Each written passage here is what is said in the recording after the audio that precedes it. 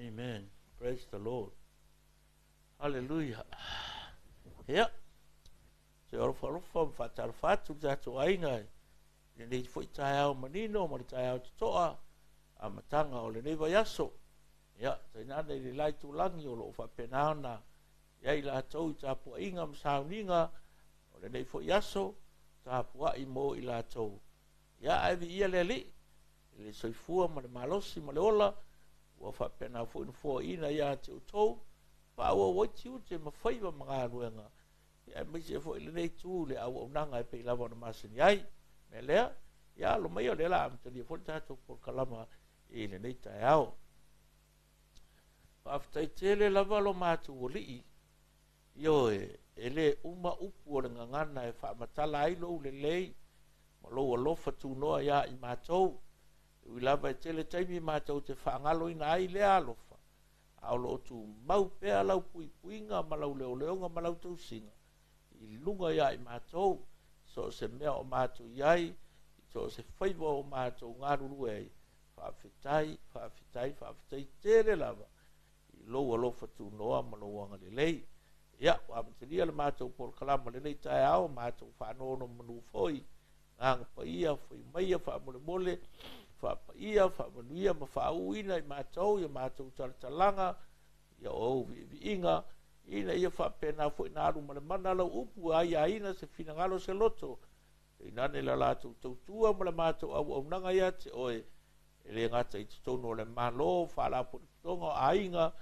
maise o lau e kālesia. So ina i mātou le toto le tamai māmoe le nei tai au. I wai fo le nei por kalama le manuia. Maise o le fia ma le saunga le mu. Fo i le vi inga ia te oelo mātou wali Yesu le whaola. Amene ma amene. Praise the Lord. Yeah. E usura pese lea. Gonna sing this song. Majesty.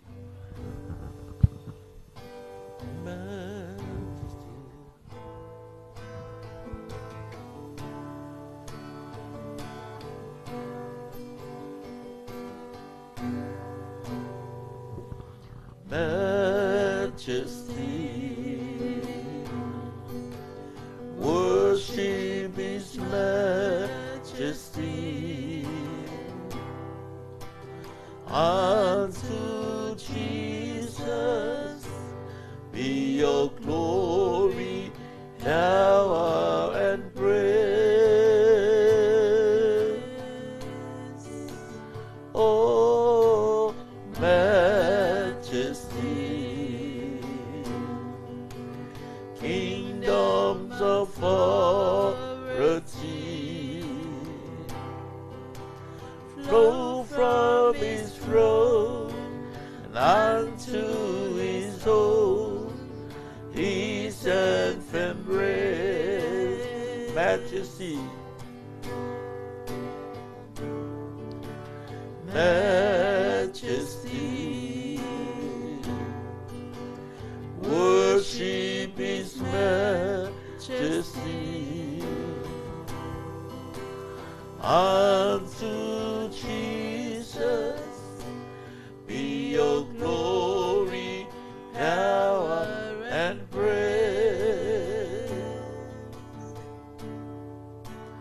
Oh, majesty, kingdoms of authority flow from His throne and unto His own His embrace. So exalt, lift up on high the name of Jesus.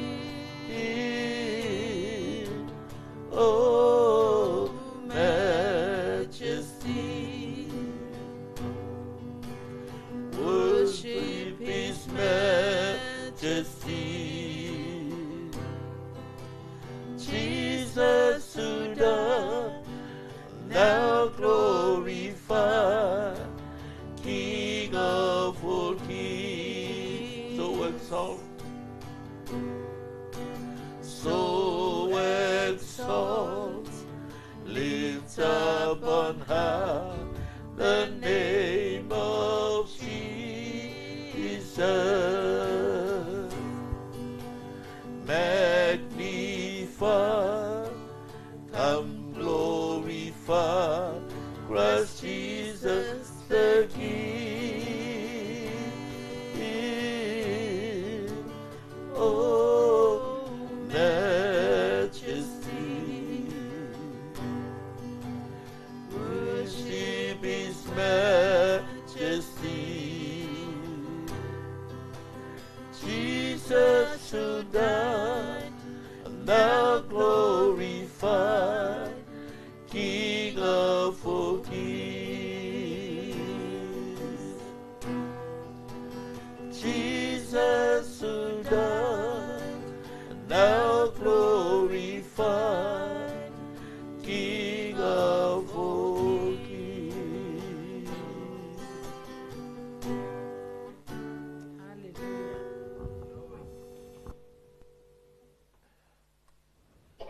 Praise the Lord. His Majesty, the King of Kings and the Lord of Lords, our benevolent King, the Lord of creation, Lord of all nations, Lord of all tongues and all races. Amen. O ia le tuaeu le pule le mana male malosi umalama. Le ia fofoina mea umalama. E o lava ia te oe mau. Ia ai maisio le nei lalo langi atoa. Praise the Lord. Tau ia te ia le viinga. Tau ia te ia le whamanu ma le whanetanga. Ia. Pata alofa atu ai tatu ainga le nei tai au. E o mwhauna mafuta mai. Sunga le ria o hao ia. Whamsanga ia malo tōti le maleifu mai whanunga le lei. Ia wapea fwoi nei wharetua mai au kilani. Wharetua ia tesa ia whata. Ia male wharetua ia matafua. Wharetua ai ni prosau. Malo ni le soifua maruia. Male alawhai mai le malosi le nei fwoi asufau. Ia vi ia le li. O le ia wapea fwoi se uso ia tangaloa David Fruen mai Samoa. Whaftai pasta. Mafuta mai. Mai se la wa unanga le lau fou o tala le lei le atunu. Ya, ia le ali. O le amtanga la neva yaso. Praise the Lord. Excuse me. Tanga la neva yaso ia le o tata ua o mai le ta ia la lona fitu. O tata o por kalame pe o na ia le tata o devotional series o lo fasolo. Fautala ina la fapea. Do not throw off self-control. Aua le tia ia e sea le whautauta. Pe o le upu lea o le ua o whaasamo ina, ele mele o le self-control. O le whautauta. E le tala nāre whata oto nai whai mai. E whausia e le poto o le whale. E whaamausali ina e le whautauta. Nungu inga a le se whaukauka. Mai maule poko, mai maule aka, mai maule oa, mai maule malosi. O mea ngai mai mau pe a leisi sabu, se whautauta. Lono ina ato se tangata lau. O le makua i ke le, o le pata, le mere, o le whautauta. E whai lona o langa manuia, malona o langa lele. Ai mai se fo i se moe mitinga, o se manu lauti, o se tofa ma mau o i to tono o lo loto. O le alo malosi, po le ale ke leo lo tamau ainga, o le ale te leo le o lowo tamai o iai. Ai ale ai se whautauta. E peia o le aputi wa le lea i le matangi. Ia lo malosi mo lo tamau ainga ma lo poto. Ma fonga la se whaita watu ia te oe. Whata o tau nusi furma le lima ron whai upu nusi furma le valu. Whamai le tala al whata o tu. O le a ai wa sofa ia. O le ise pā. O le tangata lea na te le matao fia lo na loto. O le ai wa sofa ia, ia po so sofa ilalo, o malepe, o le ise pā. O le tangata lea na te le matao fia lo na loto. Whakusa iei le kangaka, e le kao fiofi lo ngaloko. And in English from the New International Version, Proverbs 25 verse 28 says, like a city whose walls are rebroken through is a person who lacks self-control. Like a city whose walls are rebroken through is a person who lacks self-control. Usa o le whamkala le whapetani a lack. Usa ua onge. Excuse me. Ua onge, ua le aise mea, ua nau mati a. Le aise whautauta. Le aise whautauta. Masangi ka kou whalongo i le si kala le whata o te roiva whai po suwan, whai mai. A le aise whaalinga. A le aise tau whamamau. Ua whale tonu nunu. I le King James Version whai mai. Where there is no vision, the people perish. O le winga o le upunga perish nga ia i ngā le whaperetania. O lo no winga whapea to throw off constraints. To throw off constraints. A o le upu constraints. O lo no winga o le meo restriction. Limitation. Kai pe o le mea fwale nga malosi mai le COVID. E ia puipuinga restriction. Pe la mea le whailau mask. Hygiene. Fwanga le kaunga iai le furu au lima. Ia mapuipuia oe isolate oe. A wha maila. A wha samoa. A wha pēr leise tō wha mamau i lo loto. E leise se senga oe ma le kulanga o kangaka fwanga le o lau o whērua. Ai le ingi puipuinga o ia mai le wha mai. Longo inga e whaingo o fia i o ngā fia. O lea lai tau wha matala ati ati oe le mau le tai aure nei. E a vea ma lui ati oe. A vea ma taiala mo oe. Iso se mea ke alu iai. Pe ke alu ke ka alo. Pe ke alu le loku. Pe ke alu le ngā luenga. Wherever you go. Whatever you decide to do. O le ale ngā luenga le ke iai. Pe ke ngā luenga pule. Pe ke ope oe o le pule. O oe o le sui pule. Pe ke kungu ki. Pe ke whai awala. Pe ke palama. Pe ke ingisingia.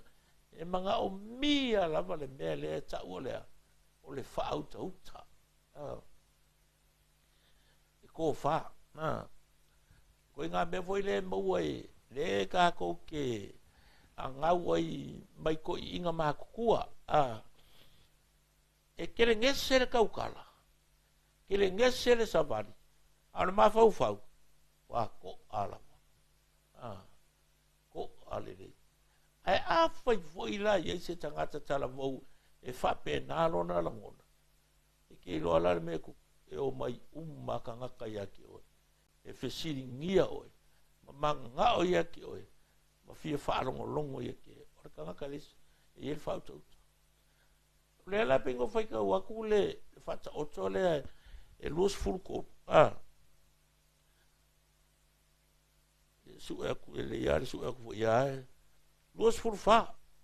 Fai mai wati na ele fale i le poto. Ai wha mausali ina i le whautauta. O le poto fo ia tutu mua ia whewhe i loa umalama. I o loa umalama. E taha ua ma le matanga o fie. Wisdom build a house. Wisdom build a house. And establish. By what? Self-control. Usa wha mausa lima wha mau ku. E le mele o le whautauta. Longo winga le. E ke kau. E loa iau upu. E loa iau savali. E loa iau amio. E atangia mai e. O oe o sikanga. Usually ya. Me yo kangaka. E ele mele ka o le self-control. E le sikanga o le so. E le sikanga o so vali. E le sikanga mimika. E le sikanga sawa sawa. Le winga le karapunga le sawa. O nga maa whaunga mo nga manatu. E le sauruan fisiri wakul kari sa fisiri wakul kari. Le ie whai le mu. E koa fi le mu. Ai esele a noa ma le mauwaa o na manatu. E whamatala ai. Ia ma pou ai. Se tala noanga. Ma se mata upu o loo fia tala noina. Pela no whai atu i li tala le. Pata o tona e rua iwa whai upo e sfuru varu. Where there is no vision, the people perish. Why people perish? When there is no vision. Any restriction, no limitation, no self-control. May was throw off ua kongi ese, ua vese le mele ka ole, or constraints, constraints means a pe o ngofaya, restriction, ua le aini pui puinga o lo wola, ai so se ka mai kikia, so se ka ngaka sa mai kongo se a inga, yonga makua, e ki sa vali mai fafa ua e alu le aonga, ua uma fa kongu e lo ka mama lo kinga, ka ukala fa alo alo, ia e a mio le lei, a ua ke ula vale. Ai a whaia ku kupungi mea whapea ai ka maiki a tātou whānau pe a o aku e seak makako. Ia, o kako whisiri rea, o whea e a fua mai ai. Pe a fua ku ia kako mākua, pe a fua mai whaiwheau, pe a fua mai whea. Ia lako wo. And one of the major problems in our teens and youth today, it's peer pressure. Longo winga e ka kau o ngā mālo si aku ka kou mātua i le au ina o whānau. Nai lo le mea le peer pressure e mafua mai whai ngā woka maiki. Ia si aki uma ka a waele se sele upura kusi. Rana upura kusi e winga i a ka kou mga mai. A waol ka mai kusa mo ngā la. Amatua e le ko e ke aese. O rana ma losi o kala ka maiki i lungo le awala le malae ma le whale haonga. E la ngona la varka me kiki le ka mai o le leo lona tina mo no tama. Pe a whainga mau ku i lau upu i asa umanrai. E le ngaka lao lae pato lau intercession. Rale intercession. O lau te talo whata wānau i le atua. E kawa ko i lau wakari i lai alu. Lai alu la onga la alu e whainga luenga. I alo whangia le nei teine. Alo whangia le nei tama. Pui lo na ola. Ai maise o langa ngalue malanga ngaluenga. Self-control. Pai vai il karan fatot. O le pā, o le aai, o solo i lano le pā. O sofa ia, o le ise pā. E pei ia o le kangaka. O le mawhainga ka ofi longa loko. O le upule ia le ka ofi. Longa inga o hold, le whainga hold. A le upule whaperetania i a person who lacks. O longa winga le lacks wale. O le ise mea, o umar ka ngarisa. O umar ka ngawhala o maka usu e ko le ise masima. Lack. Laku i kongo le ake antu aku le kaat. Ai sau i whafo decline. E ise mea o ye ko kongo. Wewe me whapenga umma. Le ka ngaka ua le ise self-control. Pe ala no whai atu. O le alo waka mai. Pape ua whau degree, ua koru o PhD mau masters. Ai a le ise self-control. Mai mau. E makua ingo si a oe. Ale ngakanga. A whape kusa pe vai menga malo se loto fast food pe se lau milionga. A le ise self-control. E pe ia oka i rungo le vai kafe ia le anu o lau kupe. A whai e moa roe me mika. Pe a le ise self-control. Pa pe nga whai anu malo si. Kusa pe vai me pe o papa lo whakawhaka. Pe o ala lo whakawhaka malo. Mau ka au e pe o pau muri ni malo. A le ise self-control. E ku ia er ka mai ka miki e uma. Ora winga le ka. Kusa vai pe masau lau launga. Pe ke vai mai wa e lor ke ngese ka malaki. Mana makai o ka u whaalinga. O i rofa makala le upu e peru. O le upu e lengi. O ia upu la kinga. O e ka ukala inganga se lau. If you don't have a self-control. Very easy to drop. Very easy to fall. Paingo fie ia nga palasi lalo ma whaale kongu le soifua ma leo langa o kako. E mai mau. Vai mea kupu kamale o nepu. Kamale o nepu ka nesa. O umanga whaile ai pakakata. Pakat. I oi i papelonia. O nga kule i ruma whai mai e leo papelonia. Tele ele nei. No whai e lo malos. Leise self-control. Nara le mea ngai ui ai le malosi maraka uka ua. Le maua lunga ngai ai. Breakfast, lunch, and dinner le mukia. O breakfast, ko lunch, ko dinner le mukia, mai ai le mukia. Mea ngai kupu pe a leise self-control ya kiwe. Pore alo malosi, le alo ka mau ainga, pore alo poko. Dalan me ngo ye lo kamale mau ole e ka ayanga po ngai vi po vi mang po ngai po aya lasar. sapo, e koe la salo, ai o inga wa umare pinga wha makala kuspa ia. O aku iluma o le ngofari, la oki le kaka, a la rava e pese la salo le whakawhaka o apera amo. While he was down here, there was no self-control. He enjoyed all and everything with his riches. Ni se whaukauka. E ke le ola i pēa i lauta mao i le laro langi nei. A umara soi fuarangi. E le si ola i ka laku o le vai kafe. O le uinga le tala. E le si ola i tala atu o le ola o le tunga. Ka laku o le kunga mau. So e ka tau o nga e ka mawhai. E whaukauka lau savali. Whaukauka lau kaukala. Whaukauka ia le whaasoso inga o lauta mao ainga. Ia auange i whaingofia o sakia oe. Auange whaingofia o ngā awhai. Whakia lau whainga malanga. E whaafela vei o le olanga. O isi kaimi. A le reise self-control. E o i mela iki mea ngi i ko kongo le ainga. I keika ia. E kere fia ia. O ua peo whaingofia. A moas whamungianga o e se kupe. Kau whai e control le reilonga budgeting. Le whaasoso inga. Ai ua le maua lo le afe ka lapo le rua afe. Ia peke aru le se papu peke aru le i le TAP. Por kasingo e omi e me ka alo e me show. One day millionaire. Ala via ai le ko rua mar whangau. Ke le mea la kau whaasoso e si whawhinge. A wā piri o a onga. O piri o mō lima mea kau kongo. Ai ua le maua lo lau whamungianga pe ia. O ngei ke le tax refunds wa ia. E alu roa e ka whau.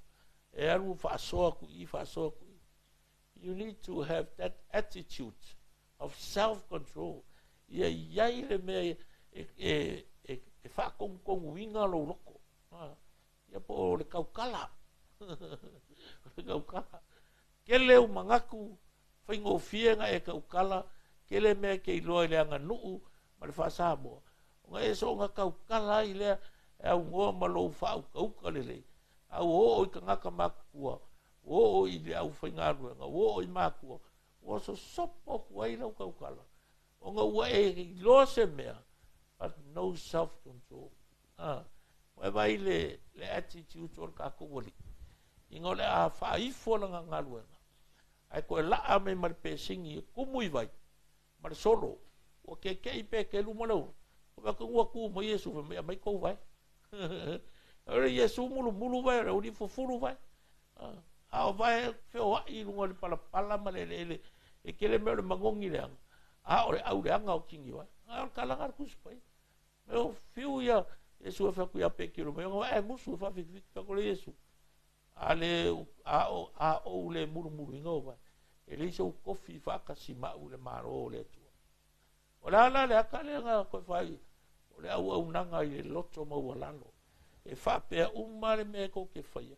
E ako wo ko ke o kala i kala leo le malo le tua.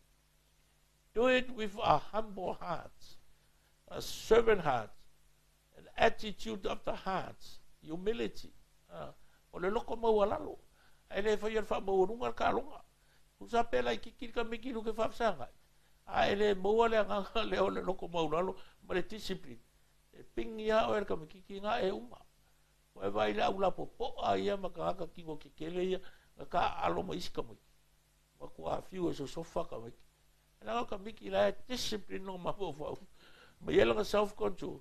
E ke fiu e tu i le mea nga le meo le ola pūlea. E ke fiu e whaaleanga. Ma ka uwhai ka lepe le discipline ma le ola pūlea. E leka i ke e mangu māloa. Pa pe ngo whai keke i lo oa.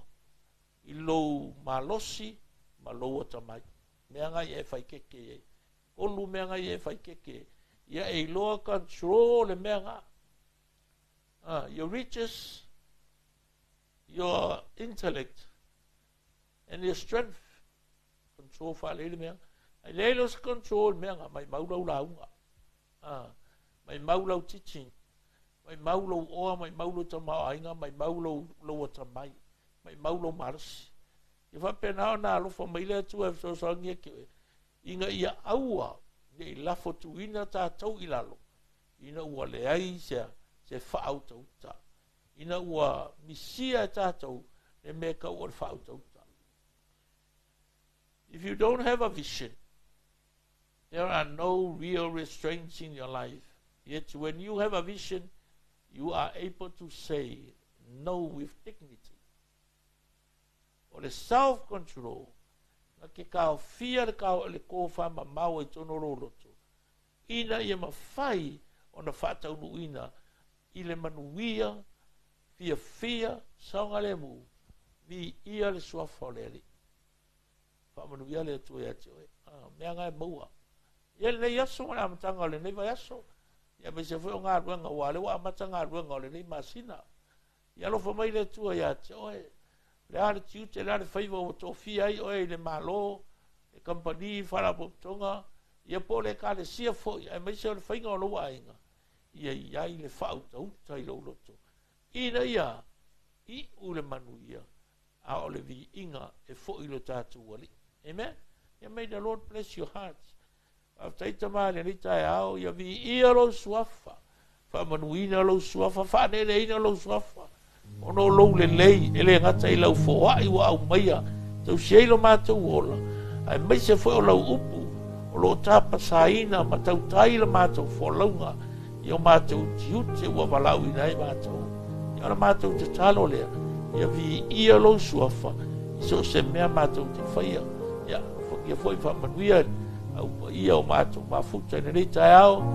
Lātou tiute ma whaiva o whenga iai. Mei se le lai tūlangi. Nei aso tāpua iai ate oe.